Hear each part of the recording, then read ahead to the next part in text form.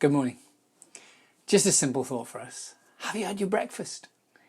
Now, I've had porridge this morning, but you could have had, depending where you come from in the world, bread or pasta, potatoes or rice. You see, John 6 has got an awful lot to do with food. When John tells us the story of the feeding of the 5,000, he's the context of the Passover. Passover, says John, is nearly there.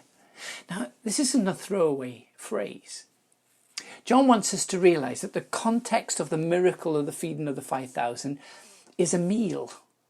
It's the Passover meal. It's a family time. It's a meal of the community of God's people that celebrates that God rescues and God redeems. John wants us to know that.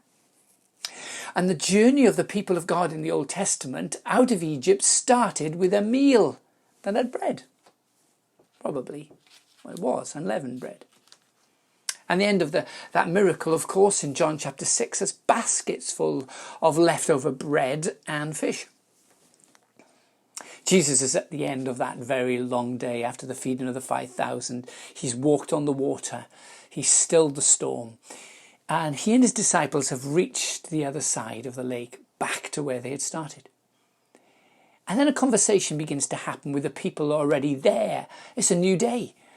A conversation about the works of God. Tell us what to do. What must we do to the works that God requires?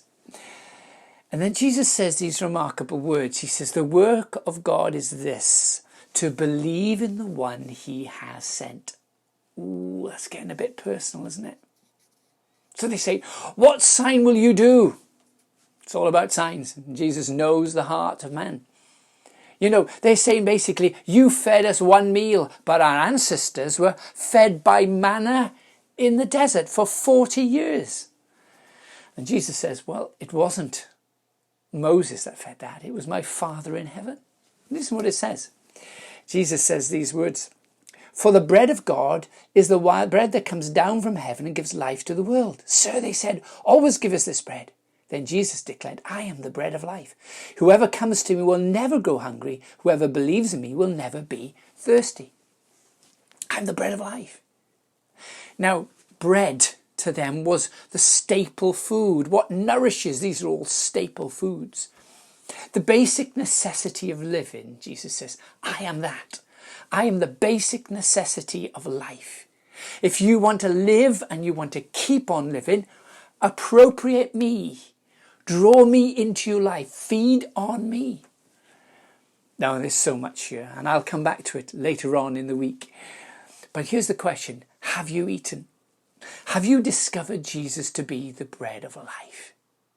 Or, as in John chapter 4 with the woman at the well, discovered him to be the one who's the water of life, that you will never thirst again. You will never be thirsty, says Jesus. This deep hunger and need that we have within our lives. Jesus says, I'm there. I'm here to meet that.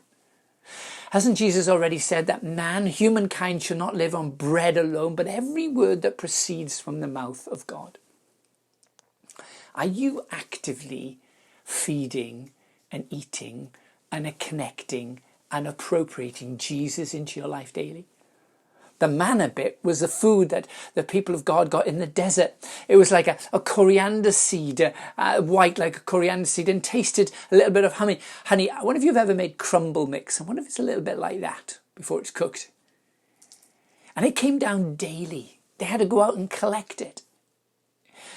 You know, it's a truth there that, you know, so often when bread stays out, it grows stale and old. Jesus says, come to me. I'm the living bread. I'm the manna for your soul. I wonder if you've asked Jesus for more bread to live on today. He wants to feed you. He wants to keep on feeding you. Have you had breakfast with God today? Lord, help us to feed on the bread of life. You are the bread of life. Help us feed on you today. We cry in Jesus' name. Amen.